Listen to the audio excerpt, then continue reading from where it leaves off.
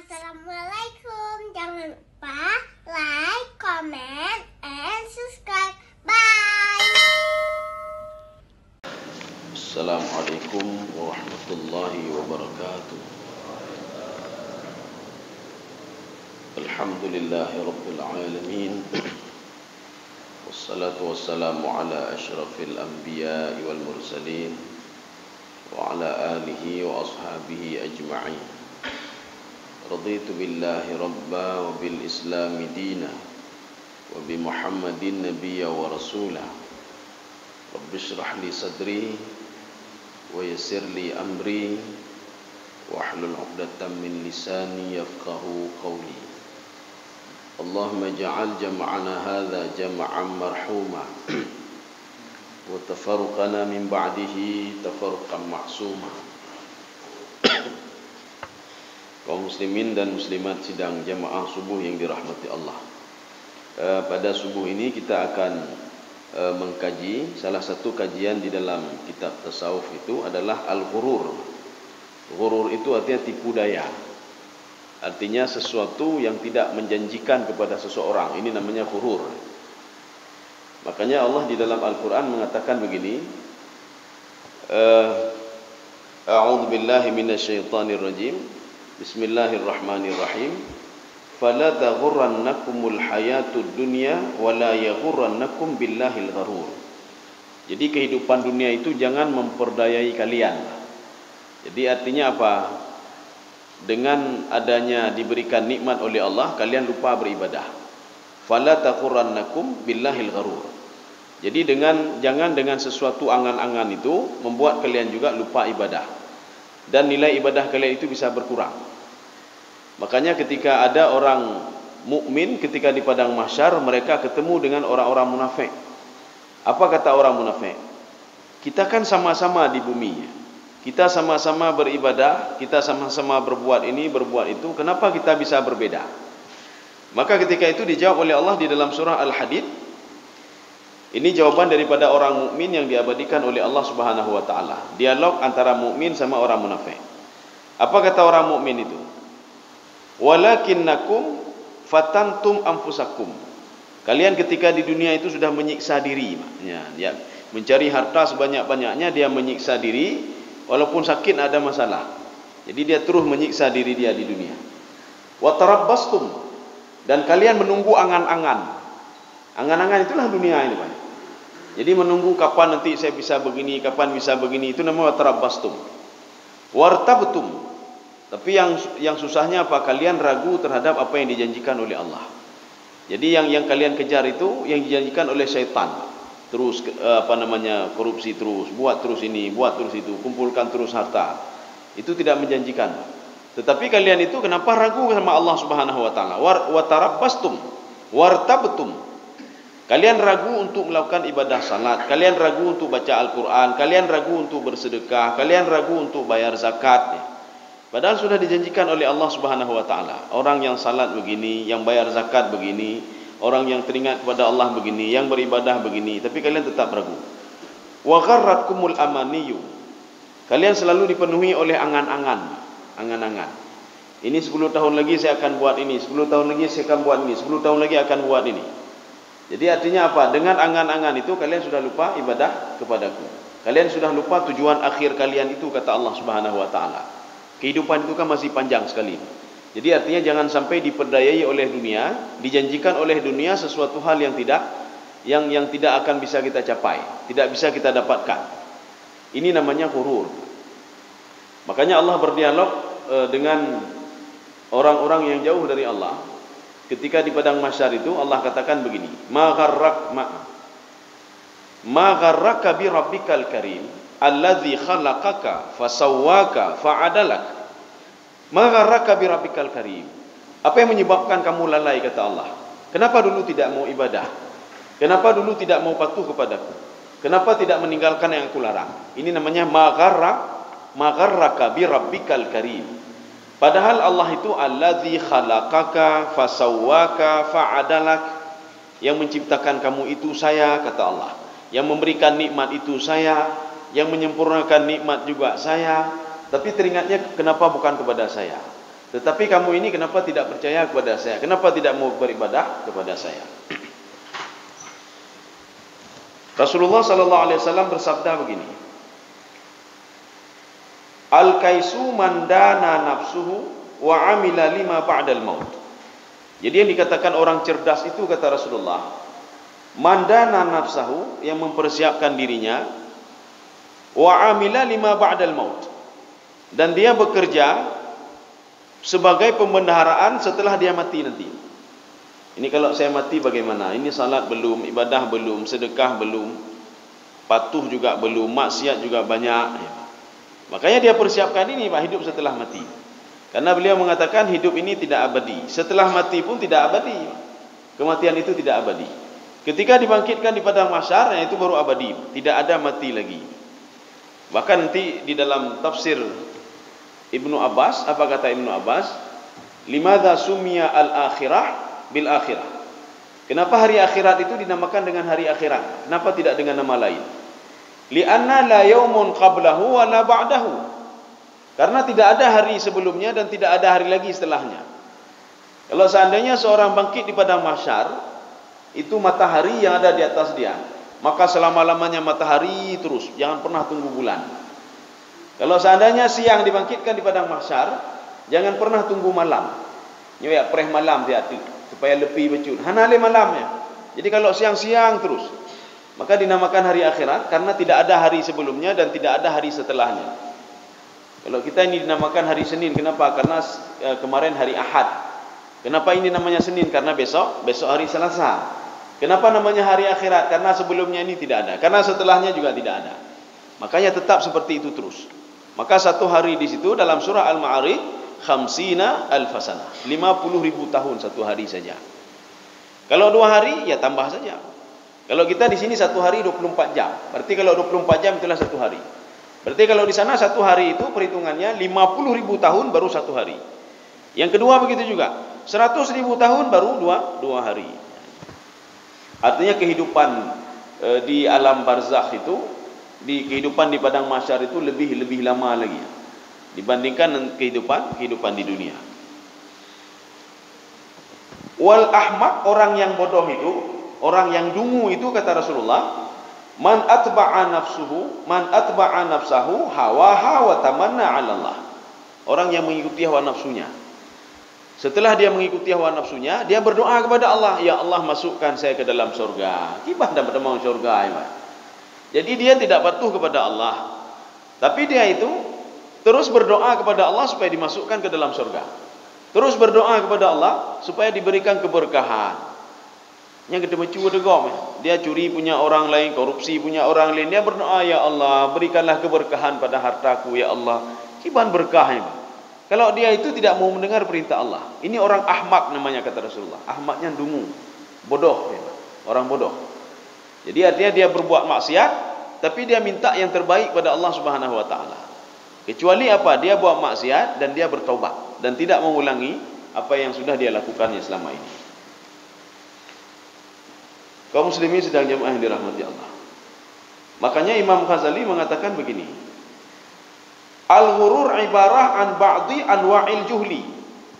Jadi ghurur itu adalah salah satu kajian dalam pembahasan bodoh, ya. Makanya orang yang diperdayai oleh dunia itu orang bodoh. Orang yang sibuk dengan dunia itu orang bodoh. Kenapa orang bodoh? Inilah yang dikatakan juga oleh Imam Al-Ghazali. Bodoh sekali manusia itu. Setelah dia kumpulkan hartanya, dia meninggal dunia begitu saja. Dia meninggalkan hartanya. Kau orang bodoh namanya. Kalau orang pintar, kalau seandainya dia itu pintar, betul-betul pintar, dia kumpulkan hartanya, setelah hartanya terkumpul, dia meninggal dunia, hartanya masuk ke dalam kubur, itu baru pintar namanya. Tapi kan tidak. Dia beli ini, beli itu, sehingga dia lupa beribadah kepada Allah. Ketika meninggal dunia, kalau mau jadi orang pintar, maka seluruh tanahnya semuanya, saham-sahamnya masuk ke dalam kubur, itu baru pintar namanya. Tapi ini tidak, hartanya tidak masuk ke dalam kubur, semua tidak masuk ke dalam kubur. Itu kecuali apa? Kain kafan saja. Kain kafan yang masuk ke dalam kubur. Ini namanya orang bodoh, ya. Makanya di dalam ini ada sebuah pengertian. Jadi pengertian daripada ghurur. Jadi ghurur itu apa sebenarnya? Ghurur itu sukunun nafsi ila ma yuwafiqul hawa. Jadi ini ada dua kata kunci. Ada nafsu, ada hawa. Sehingga kita ingin menggabungkan hawa nafsu. Padahal hawa itu berbeda, nafsu itu berbeda. Jadi sekarang kita lihat dulu sebelum masuk ke dalam dua pengertian yang berbeda ini. Ghurur itu apa namanya? Ghurur itu sukunun nafsi. Ini jiwa ini tenang saja, biasa saja. Kalau tidak ibadah biasa saja dia. Kalau dia buat maksiat biasa saja dia. Maka kalau seandainya kita sudah biasa saja, kita mendiamkan saja, berarti ghurur sudah ada sama diri kita. Ketika buat maksiat itu biasa saja, ketika meninggalkan salat itu biasa saja, jiwa ini tenang saja. Padahal semuanya akan tinggalkan. Dia tidak berbuat baik, jiwa ini diam saja. Kenapa dia diam? Dia mengikuti al-hawa. Hawa itu apa? Keinginan dia. Sekarang apa beda antara hawa dan nafsu? Sehingga dikait-kaitkan hawa nafsu. Ya, nih Pak. Padahal hawa itu sendiri, nafsu itu sendiri. Sekarang kita lihat apa makna hawa itu. Jadi hawa itu ma yahwahu syakhsu wa yatamannahu wa yuhibbuhu wa yamilu ilaihi minal khairi aw syarri. Itu hawa. Hawa itu adalah kecenderungan. Kecenderungan kepada sesuatu, menginginkan sesuatu, mencintai sesuatu, apakah itu yang baik atau yang jelek. Maka kalau seorang itu cenderung untuk pergi ke masjid, itu hawa namanya. Ya. Bahkan kadang-kadang dalam bahasa Aceh kan hawa je namanya. Lun hawanya, lun hawa ja masjid, lun hawanya, hawa pebutnya, lun hawa haji. Ya. Ini namanya hawa. Jadi hawa itu sesuatu kecenderungan, keinginan dan kecintaan terhadap sesuatu, apakah itu baik atau jelek. Maka ketika seorang condong untuk pergi ke masjid, berbuat baik, itu hawa namanya. Ketika seseorang, ini kebaikan. Ketika seseorang condong untuk berbuat maksiat, korupsi punya orang lain, ngomongi orang lain, lihat maksiat, makan haram, ini hawa juga namanya. Artinya apa? Kecenderungan untuk berbuat jelek. Maka hawa itu ada dua. Hawa itu imma ayakuna syarran atau imma ayakuna khairan. Jadi bisa saja dia kejelekan, bisa saja kebaikan. Ini hawa namanya. Kita sedang duduk-duduk di rumah hawanya lu. Nakanya hawanya Pak dalam bahasa Arab. Maka sama itu hawa bahasa Indonesia dan bahasa hawa sama. Umanya lun hawa lun debecu tiga. Lun hawanya. Nah itu hawa. Sekarang an-nafsu. Nafsu itu apa sebenarnya? An-nafsu tutla ala ruh. Jadi nafsu itu lebih identik dengan roh. Ya, roh kita. Jadi dibuktikan dengan firman Allah Subhanahu wa taala, tatkala roh itu mau keluar, ya ayyatuhan nafsul mutmainnah, wahai jiwa yang tenang, wahai roh yang tenang. Ya, bedanya untuk empat rohnya bedanya Pak. Artinya apa? Tubuh manusia ini hidup gara-gara roh. Ketika tubuh manusia sudah mati, berarti roh tidak ada lagi. Ya. Itulah roh. Maka menyatakannya roh ada dalam tubuh kita. Oh, dari mana kita tahu ada roh? Berarti dia hidup. Dari mana kita tahu tidak ada roh? Berarti dia mati. Maka menyuruh meninggal berarti ada roh. Orang itu hidup berarti ada roh. Nah itu Pak. Satu. Yang kedua, wa ala qiyani syakhsi kulliha. Jadi yang dikatakan nafsu itu semua anggota tubuh manusia itulah nafsu namanya Pak. Maka nanti tangan ini bernafsu, ini dia buat ini itu namanya an-nafsu. Jadi makanya semua anggota tubuh ini, struktur tubuh ini namanya an-nafsu, jiwa. Atau seseorang, maka dikatakan nafsu itu karena apa? Lengkap semua, itu nafsu namanya Pak. Ya. Struktur tubuh dia, itu nafsu namanya. Jadi yang pertama roh, yang kedua struktur tubuhnya. Wahiyallati yustaru minha al-hawa. Dari struktur tubuh inilah muncul keinginan-keinginan berbuat jahat. Ya, ini hawa namanya. Tangan ingin mencuri kepada punya orang lain, makanya keinginan itu muncul dari anggota tubuh ini. Mata ini ingin lihat maksiat, maka kemaksiatan itu muncul dari nafsu ini Pak, dari mata ini. Ini nafsu namanya. Nafsun itu kesatuannya. Maka manusia dikatakan nafsun karena dia satu kesatuan. Ada kepala, ada tangan, kemudian ada roh lagi Pak. Itulah nafsu. Hawa itu keinginan. Ya, jadi makanya hawa itu munculnya dari an-nafsu. Makanya syaitan ketika menggoda manusia bukan hawa yang digoda, tetapi nafsu yang digoda. Jiwa manusia yang digoda. Rohnya yang digoda oleh syaitan. Maka dia goda tangan, kamu kenapa tidak mencuri punya orang lain? Kalau kamu mencuri, hatimu akan tenang, rohmu akan tenang, jiwamu akan tenang. Maka inilah dia berbuat kejahatan. Kemudian dia berbuat kebaikan. Maka yang digoda oleh syaitan itu adalah an-nafsu, bukan al-hawa. Hawa itu muncul dari nafsu. Ya, makanya namanya hawa nafsu. Ya, jadi hawa nafsu apa? Keinginan dari tubuh kita sendiri, keinginan dari roh kita sendiri. Maka di dalam surah An-Nas itu ada jin, syaitan ya, namanya khunnas ya, namanya khunnas. Dalam tafsir Ibnu Abbas, qul a'udzu birabbin nas, malikin nas, ilahin nas, min syarril waswasil khannas ya. Jadi kenapa kita minta berdoa dari khannas ini? Jadi khannas ini kata Ibnu Abbas, syaitan kepalanya itu seperti ra'sul kilab, kepala anjing. Wa famuhu kafami tha'lab, mulutnya seperti mulut ular. Bayangkan saja bagaimana mulut ular, bagaimana kepala anjing. Fa wada'a rasahu, dia meletakkan kepalanya di dada manusia, maka dia tidur selalu di situ, dia tidur.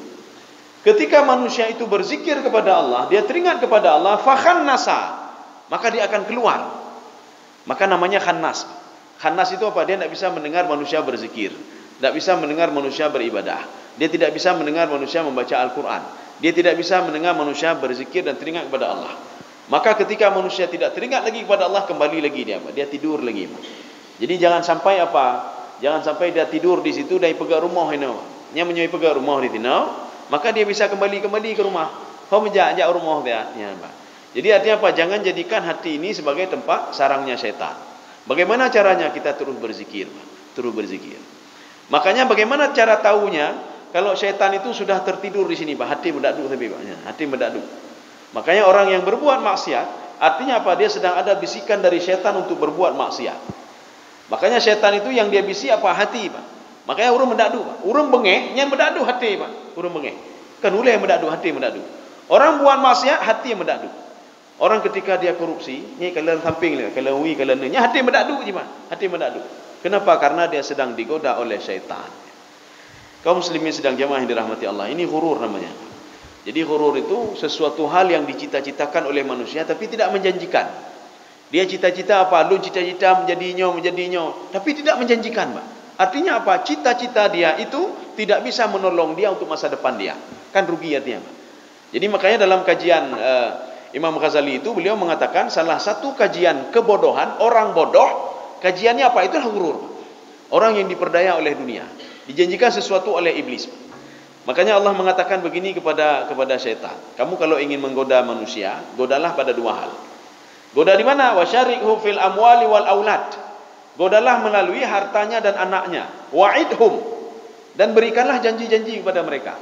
Ini kalau kamu buat begini, nanti kamu akan jadi begini, tahun sekian akan jadi begini, dia sibuk dengan itu setiap hari, Pak. Setiap pagi bukan sibuk ibadah, Pak. Setiap pagi dia takut kalau dia akan rugi dalam berdagang, Pak. Maka pagi-pagi dia sudah pergi ke sana, dia beres-bereskan tempat dagangannya. Temayang nak fikir, Pak. Nak fikir dia salah. Kenapa? Itu sudah menjanjikan sama dia. Menjanjikannya bagaimana? Kalau usahanya berhasil, dia akan menjadi orang kaya, dia akan menjadi ini, dia akan menjadi konglomerat.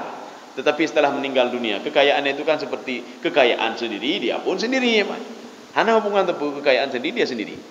Maka inilah kata Imam Ghazali, begitu bodohnya manusia, setelah dia mencari harta sebanyak-banyaknya, dia kumpulkan harta sebanyak-banyaknya, tiba-tiba dia tinggalkan harta itu begitu saja. Kau orang bodoh namanya.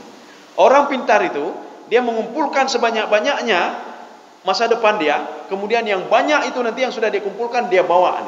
Inilah ibadah kita. Ini ibadah temayang dia. Tadi kita sudah salat subuh berjamaah.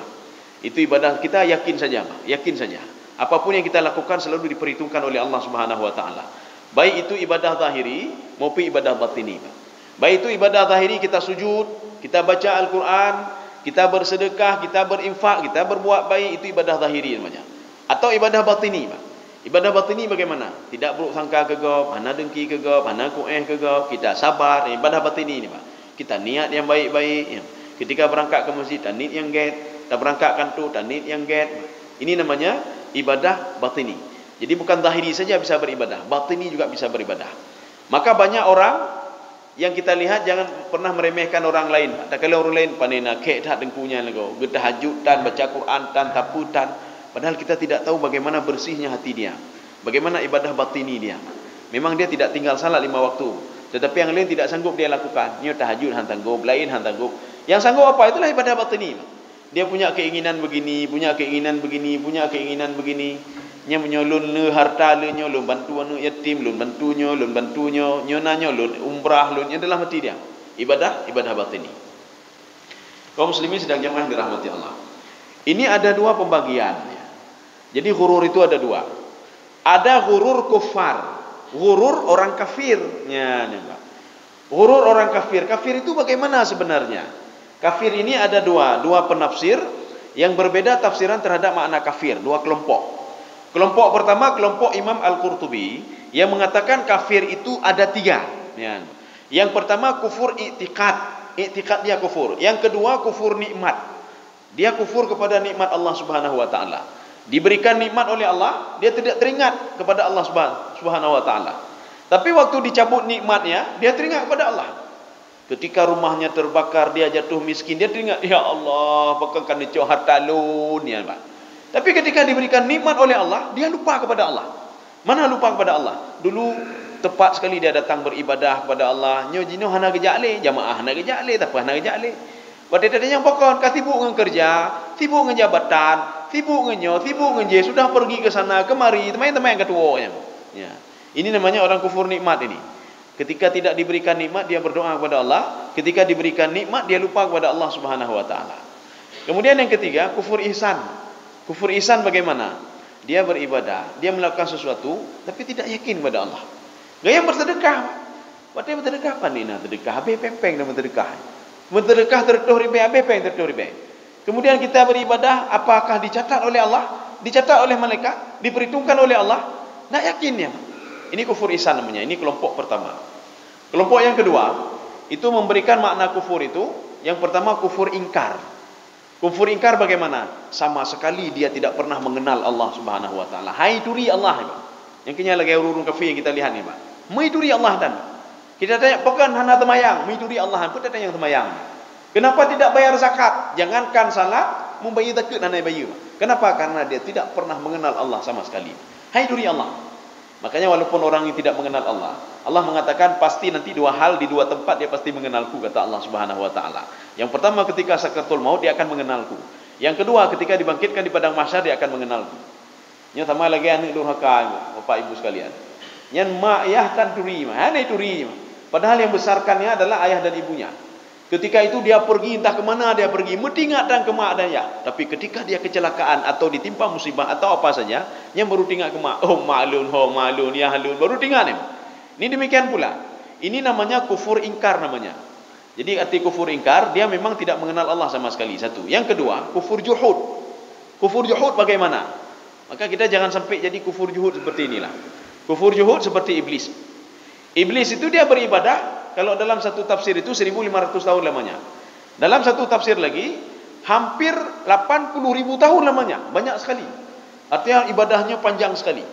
Tetapi dia tidak patuh kepada Allah Subhanahu wa taala. Bagaimana tidak patuh? Rugi saja ibadah dia selama ini. Ibadah dia 80.000 tahun atau yang mengatakan 1500 tahun lamanya. Tapi ketika Allah mengatakan kepada dia, tolong kamu hormati Adam. Karena dia punya banyak ilmu. Dia tidak mau. Maka kita jangan seperti itu. Kalau ada orang seperti itu, hidupnya penuh dengan ibadah selalu, tapi ketika dia membaca Al-Quran, dia baca apa saja perintah Allah, alah panenanya, hai dah bubuknya. Itu sama seperti iblis.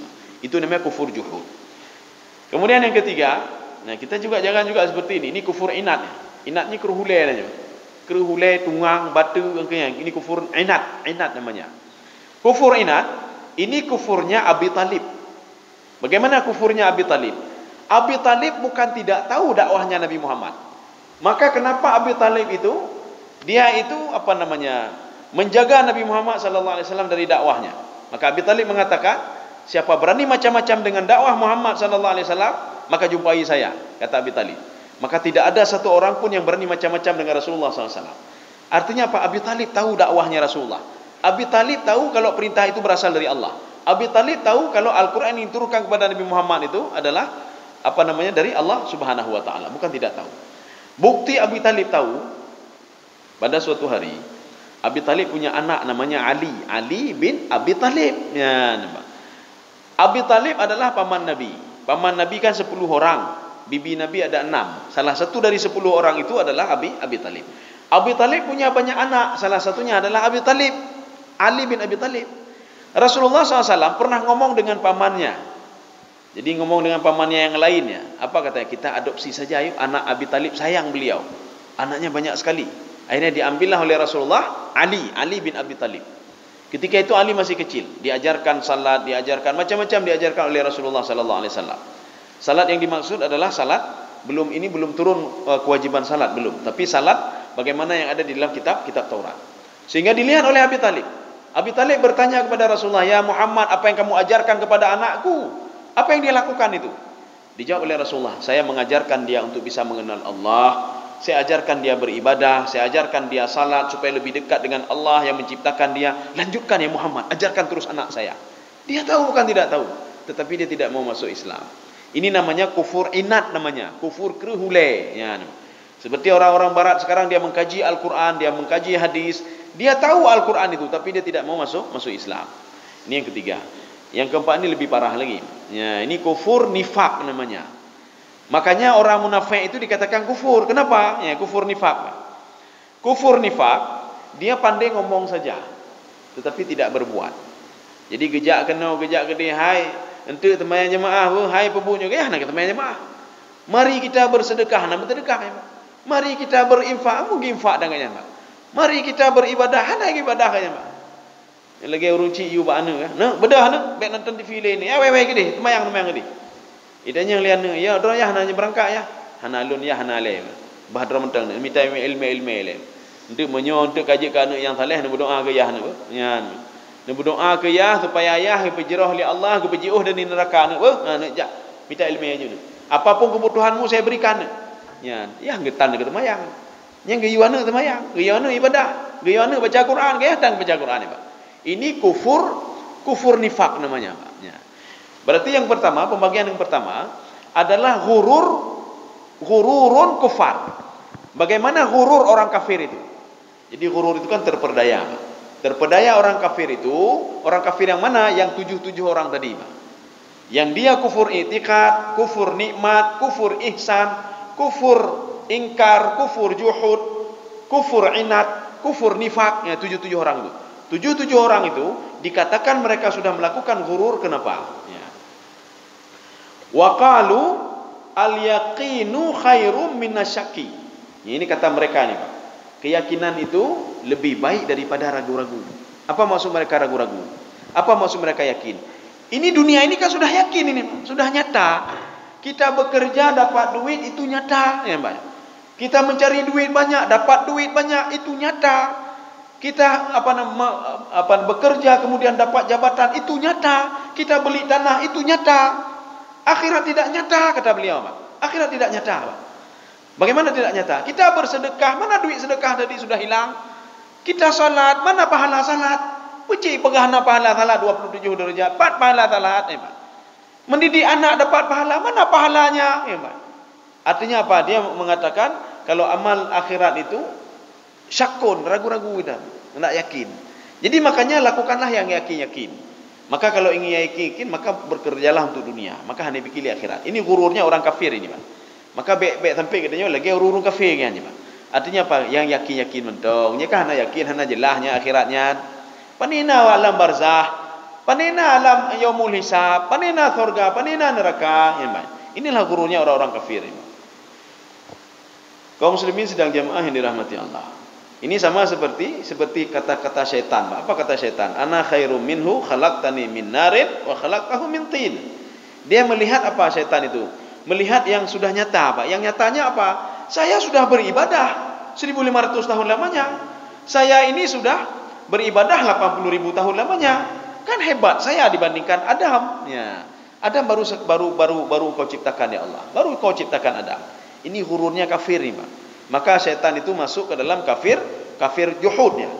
Dia membangkang Allah Subhanahu wa taala padahal dia sudah beribadah kepada Allah Subhanahu wa taala.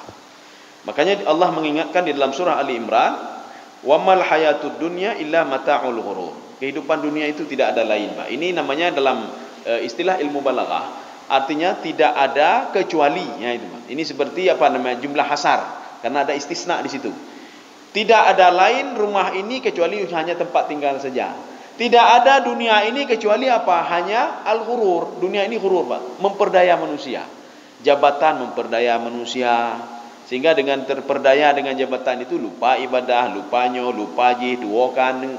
Jamu tabi-tabi nganu, kan, Pak. Tabi-tabi nganu. Kewajiban dia mendidik anak selalu, Pak. Seperti Luqmanul Hakim selalu bersama anak dia, Pak.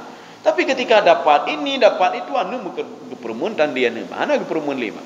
Kewajiban dia untuk mendidik anak itu sudah tidak ada lagi. Kan lupa. Kenapa? Gara-gara al-ghurur, gara-gara dunia itu. Makanya Allah mengatakan walal akhiratu khair wa abqa. Perlu kalian ketahui, Pak. Waw ini adalah waw ibtida. Waw ibtida artinya apa? Allah memulai akhirat itu, kata Allah walal akhiratu khair wa abqa. Itu lebih baik dan lebih kekal, kata Allah Subhanahu wa taala.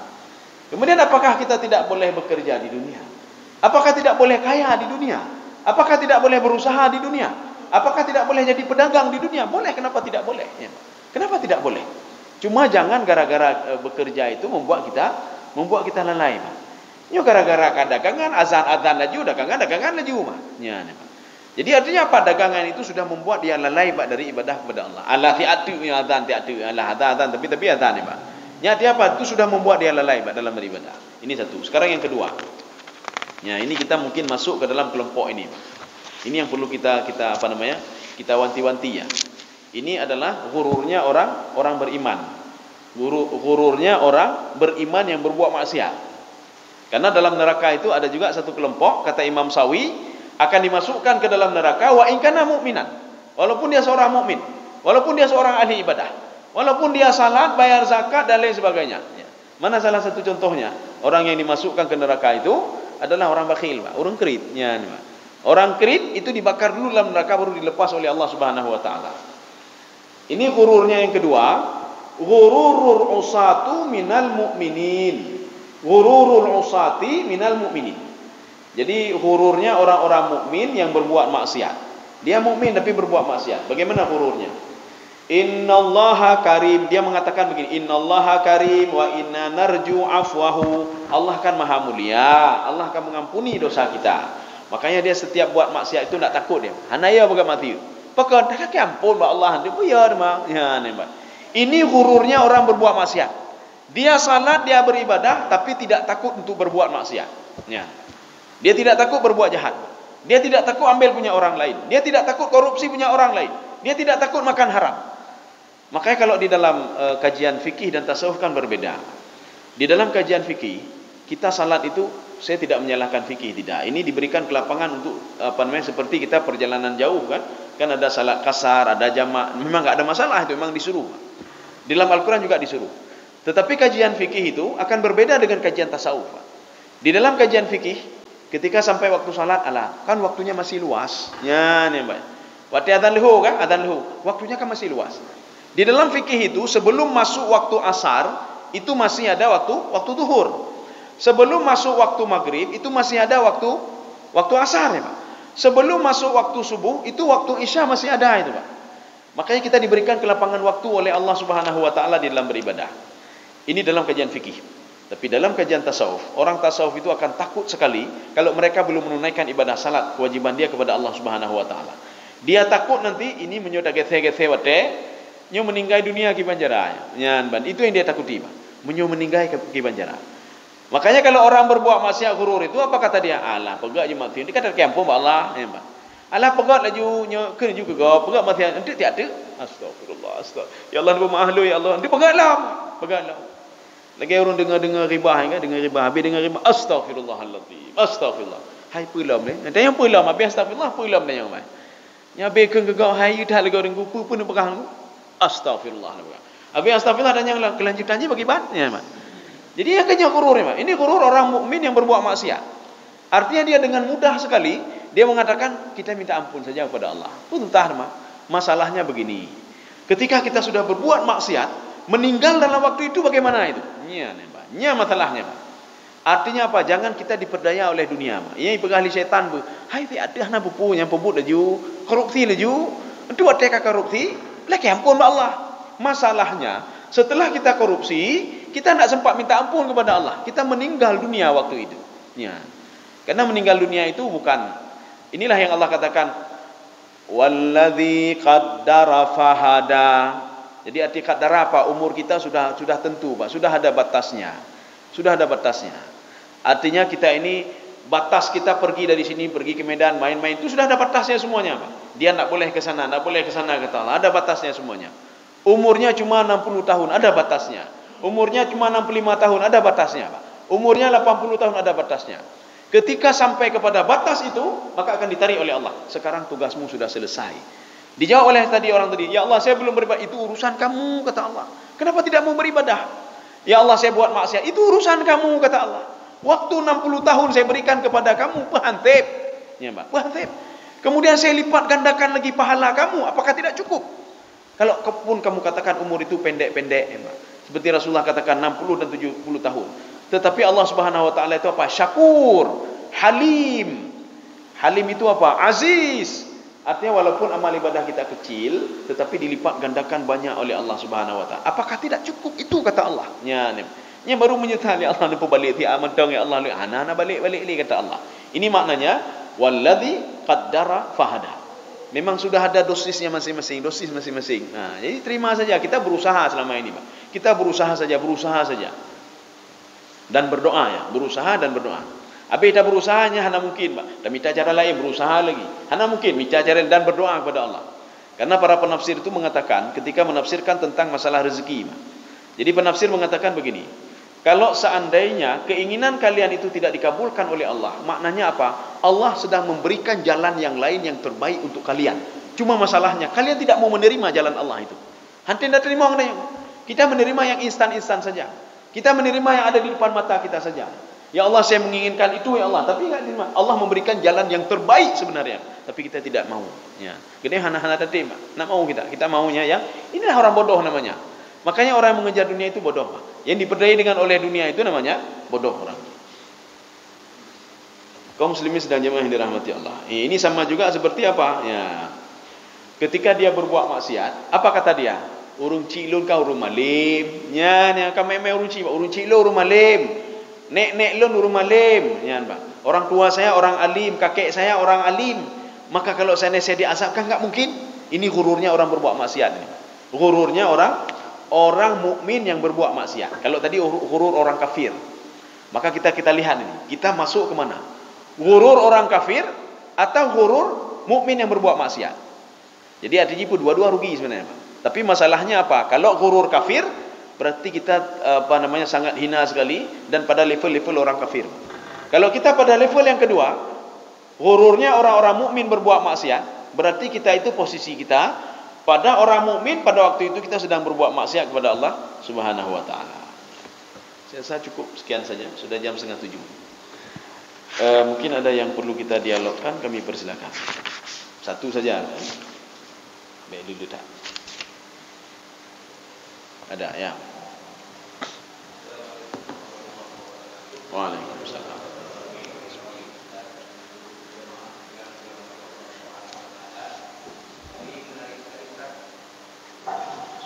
Jadi mereka yaitu tentang orang-orang yang mencari rezeki tapi lalai kepada Allah. Namun demikian ada sebagian orang yang mencari rezeki karena lillahi ta'ala, dia mencari rezeki untuk beribadah, untuk keluarga, untuk berbuat amal saleh. Namun demikian kerjanya termasuk lebih daripada 8 jam, tetapi tujuannya adalah untuk kebaikan. Kerja, namun demikian ibadahnya tidak. Oh ya. Oke. Waalaikumsalam. Ini sama seperti Utsman bin Affan.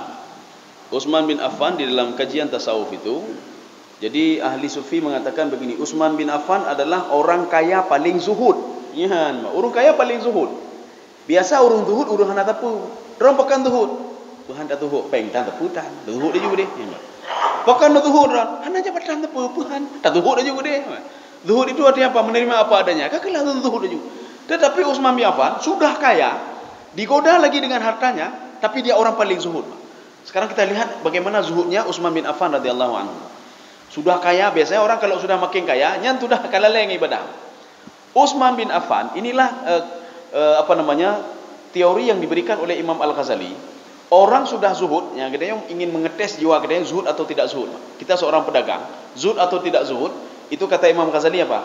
Kalau dia sudah bisa menyamakan emas dengan batu, sudah zuhud. Ya, emas kata mang bate, Pak. Nya kata zuhud, Pak. Ini sifat ini ada sama Utsman bin Affan, Pak. Apa itu emas sama batu sudah sama? Apabila kita hilang batu, batai kada di rumah, Pak. Alah tengok mita lain, hana bukunya. Ya, hana dapat salam mati, Pak. Begitu pula ketika emas kita hilang di rumah, maka kada alah anak buku, tengok mita lain, hana dapat salam mati, Pak. Maka bekerja itu boleh, kaya itu boleh, apapun boleh, Pak. Cuma jangan masukkan ke dalam hati, Pak. Artinya apa? Cuma di tangan saja. Dunia itu di tangan kita, jangan masuk ke dalam hati kita. Yang di dalam hati kita adalah ibadah. Kalau kita tidak salat maghrib lagi merasa resah, hati merasa resah, Pak. Jadi jangan sampai nanti harta sampai ke ini, Pak, ke apa hati, Pak. Menyuka kada apa yang bacu kaidah malah hati, Pak. Kamu dak duk hati, hana temayang li hana bu. Yang ke yang dilarang, Pak. Jadi makanya yang ada pada Utsman bin Affan itu hartanya di tangan dia. Ketika berinfak, jo hanya betul mati, Pak. Ya.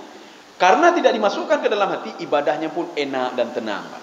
Makanya segala harta kita, jabatan kita jangan sekali-sekali masukkan ke hati, Pak. Yang di hati ini cuma akhirat saja. Kita beribadah kepada Allah. Ini saja, Pak. Yang harta ni, Pak, pegang saja di tangan, pegang saja. Oh, laki, jo. Oh, kada beda lain. Laki ada mamba Allah lain, betul tak, Pak. Cuma kalau dia sudah masuk ke dalam hati, dia akan mengatur seseorang itu, Pak. Jabatan akan mengatur seseorang, Pak. Harta akan mengatur seseorang. Ketika dia itu hilang hartanya, dia akan malas ke masjid. Anak, pekan harta lo gak ada, harta dimasukkan dalam hati. Hana ajak le masjidnya, pekan telok lo gak ada lebih ajak masjidnya. Karena kayak kebetulan hati, Pak. Tapi menyohana kebetulan mati, gadah telok, pekan gak ada, belum lain, betul tak, Pak. Gadah lah, belum lain lah. Mudah-mudahan nuru yang cok yang diberi berkah oleh Allah. Mungkin jangan apa pun kecok ke dia pahala ke orangnya, Pak. Kan tenang hati dia, Pak. Artinya ibadah pun enak, semua enak. Makanya ada dalam konsep Ibnu Katsir, tafsir Ibnu Katsir, apa kata beliau? Bagaimana konsep kita hidup di dunia, Pak? Konsep hidup di dunia, ayyaj'ala dunya safinatan limaksudihal akhirah. Jadikanlah dunia ini sebagai fasilitas untuk menuju akhirat. Ya, Pak. Bagaimana fasilitas menuju akhirat? Artinya apapun yang ada di dunia ini kita niatkan terus, Pak. Ya Allah, lu minta rezeki, ya Allah nyokan lu minta yang halunya, Pak. Kita bawa akhirat, Pak. Saya pergi kerja, ya Allah ingin cari rezeki yang halal, haik lun yang haram, ya Allah. Makanya saya tidak hana lun termengegop, lun teken macam-macam, lun pegang macam-macam, lun cok peng haram. Dari pertama kita berangkat dari rumah itu sudah ibadah, selalu ibadah terus.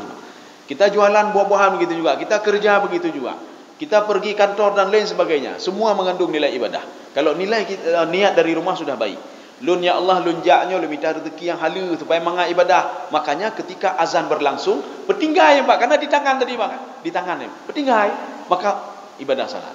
Makanya orang yang zuhud itu, yang memisahkan dunia akhirat itu, artinya akhirat dunia di tangan dia, akhirat di hati dia. Ketika dia jualan, loh itu mayang le, nyan, Pak. Tidak ada yang bisa mengatur hati saya kecuali saya sendiri dan bukan Pak. Tidak bisa kamu enggak bisa atur saya. Hartanya tidak bisa atur saya. Makanya Allah Subhanahu wa taala ketika itu memberikan apa kepada iblis, Pak. Kalau kamu ingin goda manusia, godalah melalui hartanya. Nyan, Pak. Makanya orang yang sudah harta sudah masuk ke dalam hati, ketika dia rugi sedikit, nya tutah ya, Pak. Tutah ya, Pak. Kenapa harta kayak betul mati, Pak?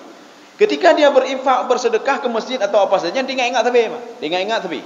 Maka ketika terjadi konflik dengan masjid itu, dia akan mengatakan, hai pendepu, nyom masjidnya sepertiga dari penglonnya, nya baru kayak muncul rumah, Pak. Ibagah rumah. Kenapa? Karena harta dulu masuk dalam hati dia, dia simpan dalam hati dia. Pada suatu saat ketika dia itu tidak dibutuhkan lagi, dia akan mengatakan, hai nyo, masjidnya sebagian tanah wakaf lo nyo, nya kayak ibagah, Pak. Kenapa? Yang tadi disimpan dalam hatinya, Pak. Tetapi Utsman bin Affan ketika bersedekah, metingat tanpa duga bersedekah, hana tinggal nih, kenapa? Karena dunia itu di tangannya, jabatan itu di tangannya. Begitu hebatnya dia menjadi seorang khalifah, tapi jabatan di tangan dia. Ya. Begitu banyaknya harta dia di tangan dia. Makanya Umar bin Khattab radhiyallahu anhu pernah sekali terlambat salat berjamaah. Ya, terlambat salat berjamaah. Beliau berjamaah cuma terlambat. Jadi terlambatnya sahabat, yang dikatakan terlambat, tidak sekali takbiratul ihram, Allahu Akbar, itu sudah mereka katakan sudah terlambat, ya, Pak. Ketika imam baca bismillahirrahmanirrahim, maka telat lun. Nya telat sahabat ni, Pak. Menyo katanya kon. Katelat bu, golong telat lam, golong halim imam memang. Adanya buat Allah Akbar. Tapi cerok imam. Kata rakaat demi, hana telat cilun bukan apa. Dan mudawal hana telat lun bukan. Jadi makanya sahabat itu ketika tidak bisa takbiratul ihram itu sudah terlambat kata dia, Pak. Makanya ketika sudah terlambat, apa yang dilakukan oleh Umar bin Khattab? Ya Rasulullah, gara-gara saya itu sibuk tadi di ladang saya, sibuk di lampuh lun, saya sudah terlambat kemari. Maka lampuh itu saya infakkan katanya. Iya nih. Katanya nyo lagi Umar bin Khattab habis harta mendu. Nyo telak gara-gara motor, lun infak motor. Nyo telak gara-gara lo infak mendu. Karena tak boleh dia. Kenapa kita masukkan ke dalam hati, Mak? Hana berani lah katanya, Mak. Tidak selevel para sahabat. Ya. Gitu. Ya, saya rasa cukup sekian saja. Mudah-mudahan ada manfaatnya bagi tuan dan jemaah sekalian. Subhanakallah bihamdika asyhadu an la ilaha illa anta astaghfiruka wa atubu ilaik. Assalamualaikum warahmatullahi wabarakatuh.